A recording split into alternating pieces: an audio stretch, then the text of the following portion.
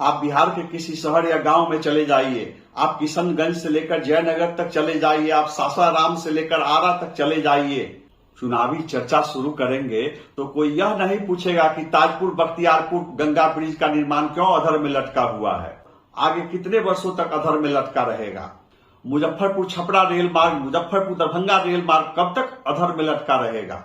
चर्चा क्या होती है तो राजपूत को कितने टिकट मिलेंगे, वैश्य और भूमिहार को कितने टिकट मिलने जा रहे हैं, इसमें भी बेईमानी है। आखिर यह क्यों नहीं पूछा जाता है कि बढ़ई, लोहार, धानु, सहनी को कितने कितने टिकट मिलने जा रहे हैं, अति पिछड़ों को कितने टिकट मिलेंगे, किसको कितनी हिस्सेदारी मिलेगी। हमेशा की तरह मैं एक बार फिर रोचक, रोमांचक और सनसनीखेज खबर लेकर आया हूं। जी हां, बिहार विधानसभा चुनाव 2025 में भूमिहार विधायकों के टिकट कटने जा रहे हैं, राजपूत विधायकों के टिकट कटने जा रहे हैं, ब्राह्मण विधायकों के टिकट कटने जा रहे हैं और हो सकता है कि कास्ट प्रत्याशी के भी टिकट कट सकते हैं। जी हां, कान खोलकर सुन लीजिए कि पिछली बार भाजपा ने 110 सीटों में से 50 सीटों पर अग्री जाति के प्रत्याशी खड़े किए थे, लेकिन इस बार ऐसा नहीं होगा। राजपूत, भूमिहार, कायस्थ, ब्राह्मण को मिलाकर भाजपा इस बार 30-32 से अधिक टिकट देने की स्थिति में नहीं है। क्यों नहीं दिया जाएगा टिकट, क्यों कटने जा रहा है टिकट, यह जानने के लिए आप अंत तक बने रहिए। नमस्कार, मैं हूं विवेश त्रिवेदी और आप देखना शुरू कर चुके हैं जनता चौक लाइव। आगे बढ़ने से पहले कृपया इस वीडियो को लाइक कीजिए, इसे अधिक से अधिक दर्शकों तक पहुंचाने के लिए वीडियो को शेयर कीजिए और मेरे चैनल जनता चौक लाइव को सब्सक्राइब कीजिए, ताकि जब भी मैं कोई सनसनीखेज, रोचक, रोमांचक खबर लेकर आऊं तो सबसे पहले आपको जानकारी मिल जाए, आपको पता चल जाए और आप सबसे पहले मेरी खबर देख सकें। मेरा दावा है कि जब मैं यह स्टोरी अपलोड करूंगा तब सोशल मीडिया में सनसनी होगी। समय का तकाजा है और मुझे भी ऐसी उम्मीद है कि हमारे बहुत सारे पत्रकार साथी इस तरह की खबर लेकर आएंगे। तो मैं सबसे पहले आपके बीच यह खबर लेकर आया हूं, आप गौर से देखिए और अंत तक बने रहिए। क्या कभी आपने सोचा कि बिहार में जातीय जनगणना क्यों कराई गई, उसकी रिपोर्ट सार्वजनिक क्यों कराई गई। छोटी छोटी जातियां सत्ता में अपनी अपनी भागीदारी मांग रही है, हिस्सेदारी मांग रही है। सवाल सिर्फ सरकारी नौकरियों का नहीं है, सरकारी नौकरियों में तो आरक्षण दे दिया गया, लेकिन राजनीति में अब तक हिस्सेदारी छोटी छोटी जातियों को नहीं मिल पाई है। हम जब कभी चुनावी समीक्षा करते हैं, सर्वे करते हैं, तो हम यादव का नाम लेते हैं, राजपूत का नाम लेते हैं, भूमिहार ब्राह्मण का नाम लेते हैं, कुर्मी कोयरी का नाम लेते हैं, मुसलमान का नाम लेते हैं। लेकिन हम चुनावी विश्लेषण के दौरान, समीक्षा के दौरान मालाकार की चर्चा नहीं करते हैं, नुनिया की चर्चा नहीं कर पाते हैं, मल्लाह की चर्चा नहीं होती है। चर्चा तेली कानू की होती है।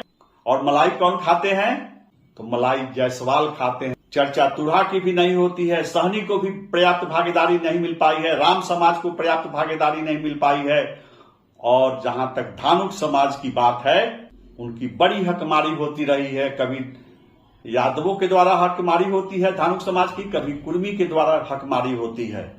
तो यह सब कितने दिनों तक चलता रहेगा। केंद्र की नरेंद्र मोदी सरकार ने हाल में पूरे देश में जातीय जनगणना कराने का निर्णय लिया। तो निर्णय लेने से कुछ नहीं होगा, हिस्सेदारी देनी पड़ेगी। अब सभी जातियों में जागृति आ गई है, सजग है, जातियों की नजर है कि कौन सी पार्टी किस जाति को कितने टिकट दे रही है। नीतीश जी, सिर्फ मुखिया सरपंच बनाने से काम नहीं चलेगा, विधानसभा में और लोकसभा में हिस्सेदारी देनी पड़ेगी। तो बिहार विधानसभा चुनाव 2025 में बिहार की बहुत सारी ऐसी जातियां हैं जो सजग है, जो अपनी हिस्सेदारी मांग रही हैं। उनको हिस्सेदारी देने के लिए कुछ ऐसी जातियां जो अपने आबादी के अनुपात से अधिक टिकट लेकर बैठ जाती हैं, उनके टिकट काटे जाएंगे।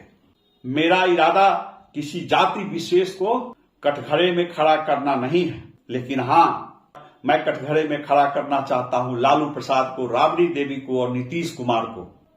कितने दिनों तक अगली जाति को कटघरे में खड़े कर आप सत्ता की मलाई खाते रहेंगे। बिहार की राजनीति में वह अंतिम मौका था जब डॉक्टर जगन्नाथ मिश्र मुख्यमंत्री होते थे, कांग्रेस के कद्दावर नेता होते थे।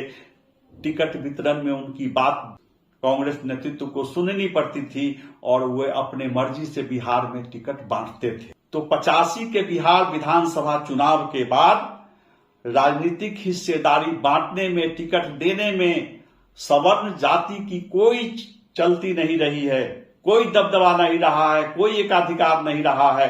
डॉक्टर जगन्नाथ मिश्र अंतिम मुख्यमंत्री थे जो टिकट वितरण में सक्षम थे, अपनी मर्जी लादने में, थोपने में, अपनी पसंद के प्रत्याशियों को टिकट देने में। उसके बाद अगली जाति के किसी नेता को कसूरवार नहीं ठहराया जा सकता है। 90 से लालू प्रसाद बिहार की राजनीति में आ गए और लालू प्रसाद की चलती रही, उन्होंने टिकट बांटे।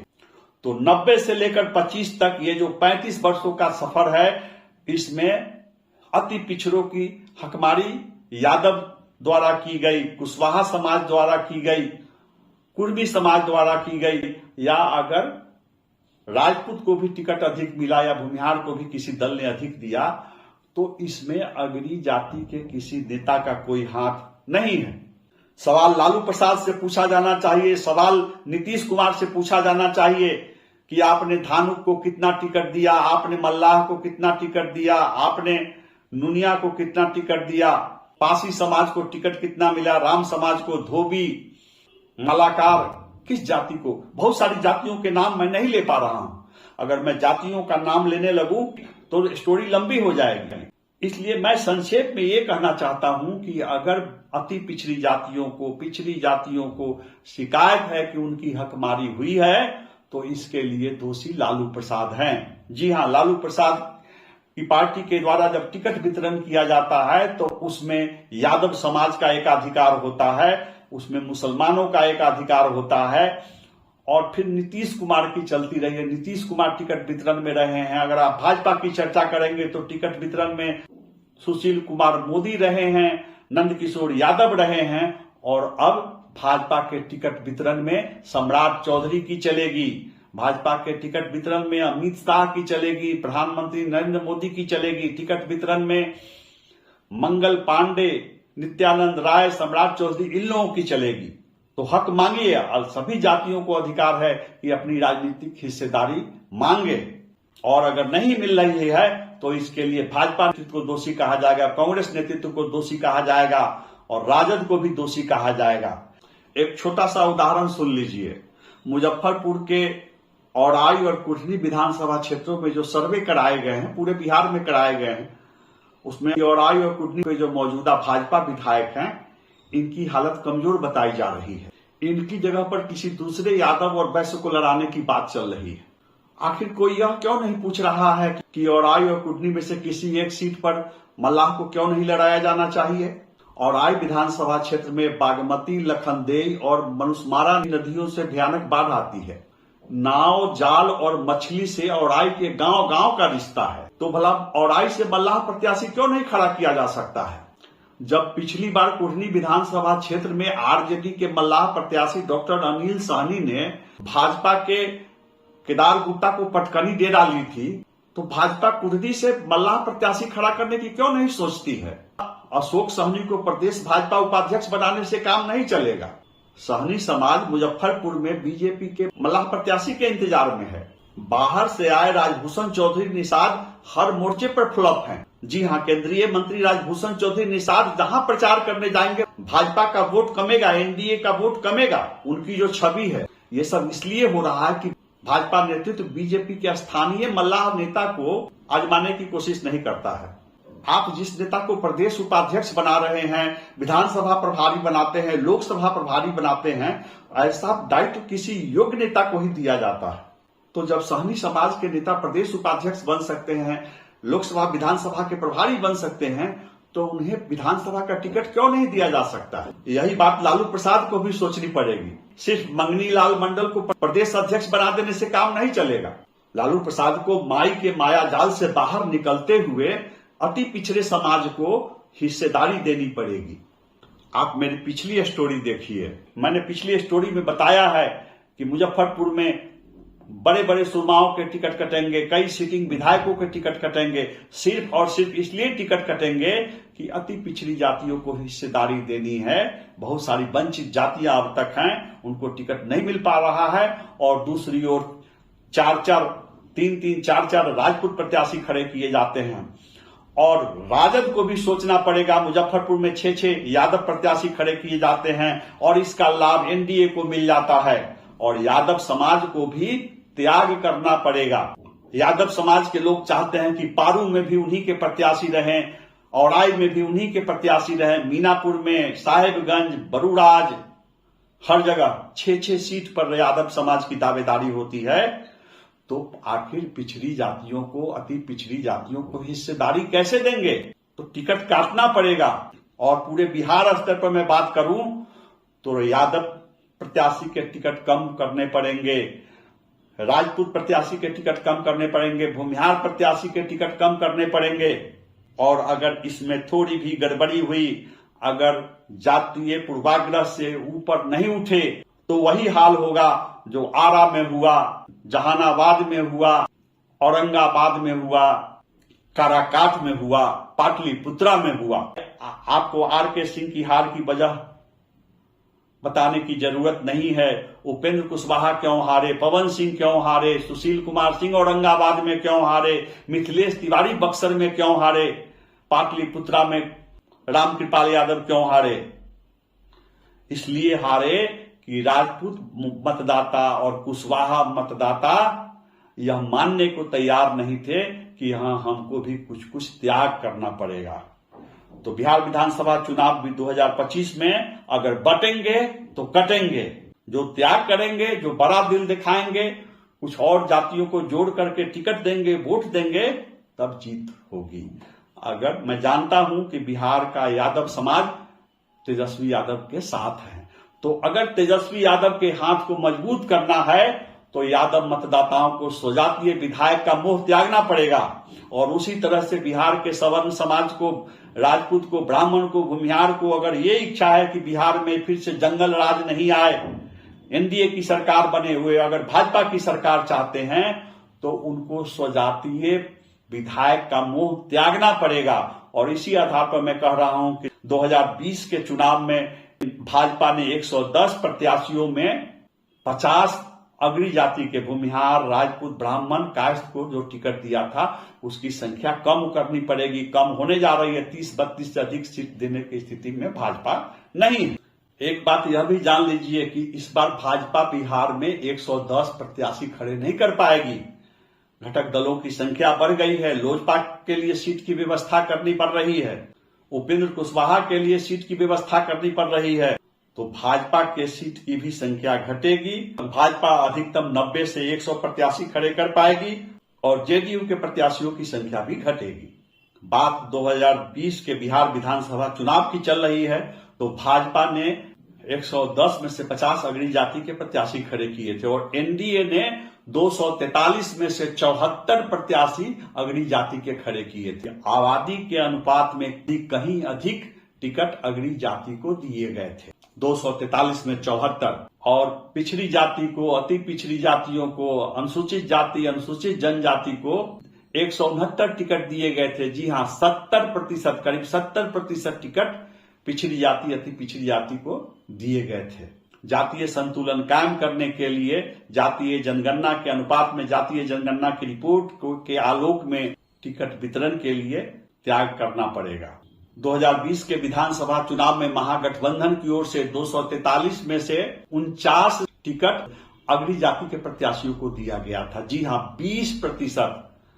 एनडीए ने 30% दिया था और महागठबंधन की ओर से 20% टिकट अग्री जाति को दिया गया था, जिसमें कांग्रेस में अग्री जाति के प्रत्याशी अधिक थे। और 194 सीट, करीब 80% महागठबंधन की ओर से पिछड़ी जाति, अति पिछड़ी जाति, अनुसूचित जाति, अनुसूचित जनजाति को, मुसलमानों को टिकट दिया गया था।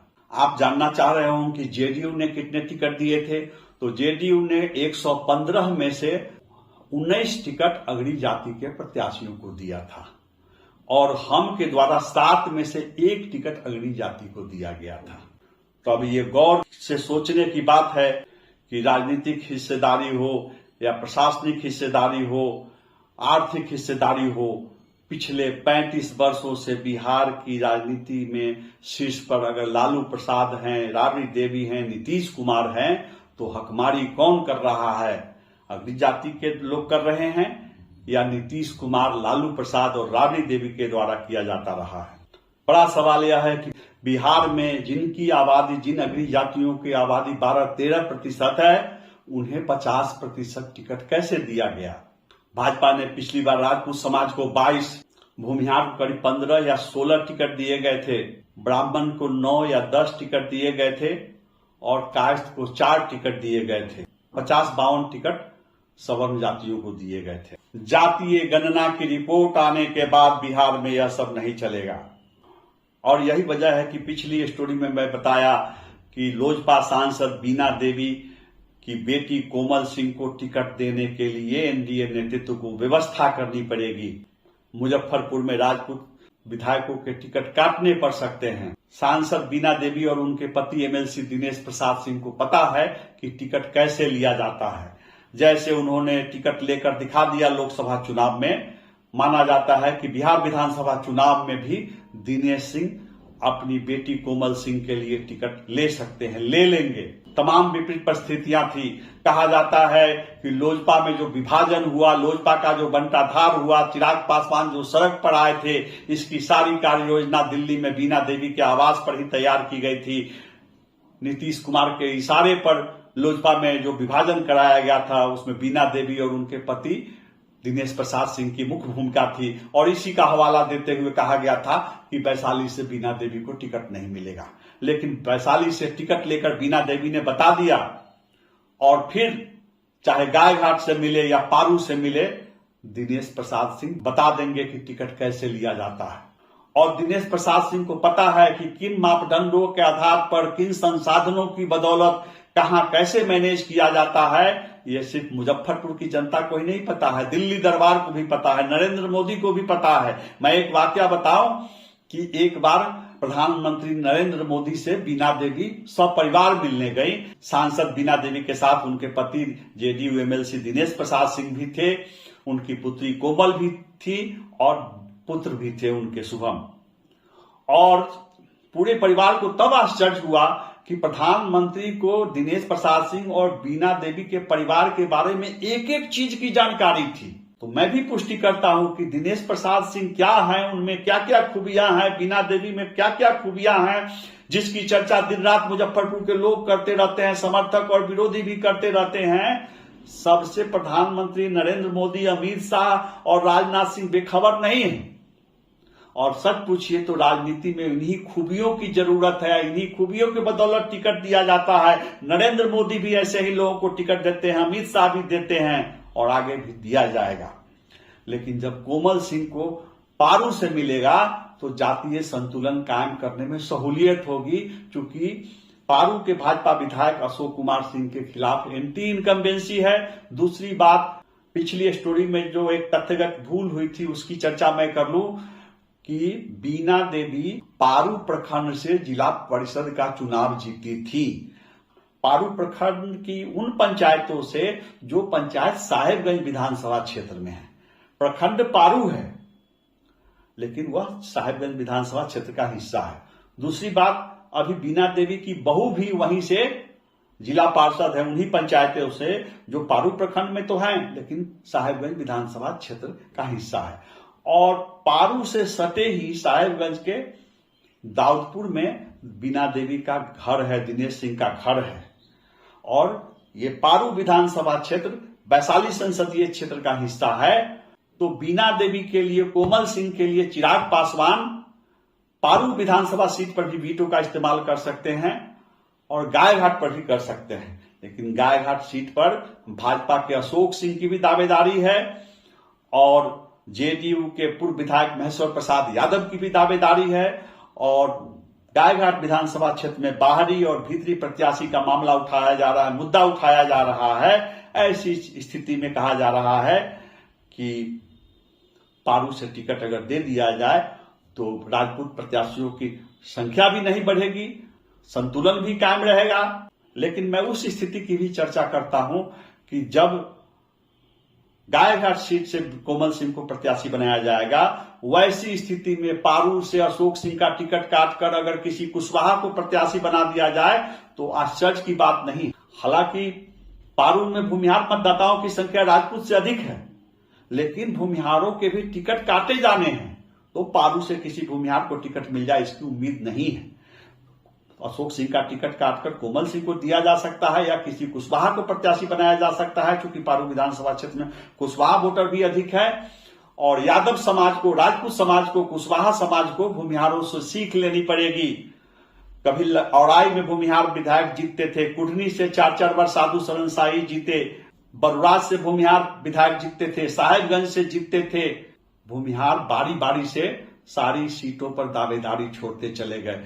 कुढ़नी से भूमिहार प्रत्याशी नहीं खड़ा किया जाता है, सकरा से भूमिहार जीतते थे तो वो सुरक्षित है, बोचहाम पे भूमिहार जीतते थे चंद माधव बाबू, वो सुरक्षित है। तो जिस तरह से भूमिहार पीछे हटे हैं, उस तरह से अगर आपको तेजस्वी यादव को मुख्यमंत्री देखना है तो यादव समाज को पीछे हटना पड़ेगा, और अगर लोकसभा चुनाव के परिणाम से बचना है तो कुशवाहा समाज को भी, राजपूत समाज को भी कदम पीछे करने पड़ेंगे, कुछ सीटें छोड़नी पड़ेंगी। भगवान बुद्ध ने उंगली माल डाकू से कहा था, मैं तो ठहर गया, भला तू कब ठहरेगा। भूमिहार तो ठहर गए, कदम पीछे कर लिए, यादव कब ठहरेंगे, राजपूत कब ठहरेंगे। 1990 के बाद बिहार की राजनीति के जो समीकरण बदले, उसमें भूमिहारों ने या तो कदम वापस ले लिए या उन्हें अलग हटने के लिए मजबूर होना पड़ा। भूमिहार पारू, साहेबगंज, बरुराज और आई कुढ़नी से जीता करते थे। 90 के बाद दावेदारी छोड़ दी। पिछले विधानसभा चुनाव में एनडीए ने मुजफ्फरपुर के कांटी से भी किसी भूमिहार को टिकट नहीं दिया, जबकि हकीकत यह है कि मुजफ्फरपुर जिले के 11 विधानसभा क्षेत्रों में से 10 सीटों पर भूमिहार मतदाता निर्णायक स्थिति में हैं। जेडीयू ने कांटी में मुस्लिम प्रत्याशी मोहम्मद जमाल को टिकट दिया, जबकि हकीकत यह है कि मुस्लिम मतदाता जेडीयू को, एनडीए को वोट नहीं करते हैं। मुजफ्फरपुर में 11 में से 2 बोचहा और सकरा सुरक्षित सीट है अनुसूचित जाति के लिए। अब बची हुई 9 सीटों में से एनडीए ने 2 सीटों पर औराई और गायघाट में यादव प्रत्याशी दिया और कांटी में मुस्लिम प्रत्याशी दिया। तो 9 में से 3 प्रत्याशी माई समीकरण के खाते में दिए गए, और इस सच्चाई को झुटलाया नहीं जा सकता है कि माई समीकरण का कोई वोट एनडीए को न मिलता है न मिलेगा। जी हां, 9 में से 3 टिकट यानी 33% सीट एनडीए ने यादव मुस्लिम को दिया, और यादव मुस्लिम समाज ने एनडीए को अंगूठा दिखा दिया। एनडीए को अगर भूमिहार नेताओं से एलर्जी है तो टिकट न दे, लेकिन अति पिछड़ों को अब वाजिब हिस्सेदारी देनी ही पड़ेगी। अति पिछड़ों को हिस्सेदारी देने के मामले में चाहे राजद हो या एनडीए हो, तार से गिरे तो खजूर पर अटके वाली कहावत को चरितार्थ कर रहे हैं। एक समय था पश्चिमी चंपारण की कई सीटों से भूमिहार प्रत्याशी जीता करते थे, अब एनडीए के द्वारा सिर्फ और सिर्फ चनपटिया से एक भूमिहार प्रत्याशी खड़ा किया जाता है। आइए, पूर्वी चंपारण में सिर्फ एक विधायक हैं, शालिनी मिश्रा केसरिया की विधायक हैं। अवनीश कुमार सिंह 2 बार ढाका से और 2 बार चिरैया से विधायक हुए। अब अवनीश कुमार सिंह के लिए टिकट नहीं है एनडीए के पास। सचिंद्र प्रसाद सिंह पूर्व विधायक के लिए टिकट नहीं है। पूर्व विधायक बबलू देव के लिए टिकट नहीं है। भाजपा के एक मजे हुए नेता हैं, अच्छे संगठन करता है, अच्छे वक्ता हैं, पूर्वी चंपारण के अखिलेश सिंह प्रदेश भाजपा किसान मोर्चा के अध्यक्ष रह चुके हैं। पिछली बार लोकसभा चुनाव में वे मोतिहारी से टिकट के दावेदार थे, उन्हें टिकट नहीं मिला। अखिलेश सिंह के लिए या किसी भूमिहार नेता के लिए जब तक राधा मोहन सिंह हैं, पूर्वी चंपारण में टिकट की व्यवस्था नहीं हो सकती है। सीतामढ़ी के रूनी सैदपुर से पंकज मिश्रा हैं, 1 सीट दीपक दिखाने के लिए। दरभंगा के जाले से जीवेश मिश्रा, 1 विधायक भूमिहार समाज के। और मधुबनी जिले में 1 भूमिहार विधायक बचोल जी बिस्फी से। समस्तीपुर जिला में किसी भूमिहार को टिकट नहीं दिया जाता है। कल्याणपुर से कभी जीता करते थे भूमिहार प्रत्याशी, तो कल्याणपुर को सुरक्षित कर दिया गया। वैशाली जिले में 1 भी सीट किसी भूमिहार को एनडीए के द्वारा नहीं दिया जाता। तो भूमिहार नेताओं ने जो दावेदारी छोड़ी या पीछे हटने के लिए मजबूर हुए, तो जो सीटें छोड़ी गई वो किसके हिस्से में गई? क्या अति पिछड़ों के हिस्से में गई? जी नहीं, तार से गिरे तो खजूर पर अटके। वे सारी सीटें यादवों के हिस्से में चली गई, मुसलमानों के हिस्से में चली गई, राजपूत के हिस्से में चली गई। आप लोकसभा में गौर कीजिए, मोतिहारी से राधा मोहन सिंह सांसद होते हैं, महाराजगंज से जनार्दन सिंह सिगरीवाल होते हैं, बगल में सारण से राजपूत समाज के ही राजीव प्रताप रूडी सांसद होते हैं, वैशाली में लोजपा की बीना देवी सांसद हैं, ये मैं एनडीए सांसदों की बात कर रहा हूं, और बगल में शिवहर से लवली आनंद सांसद होती हैं। शिवहर में वैश्य का टिकट काटकर लवली आनंद को प्रत्याशी बनाया गया।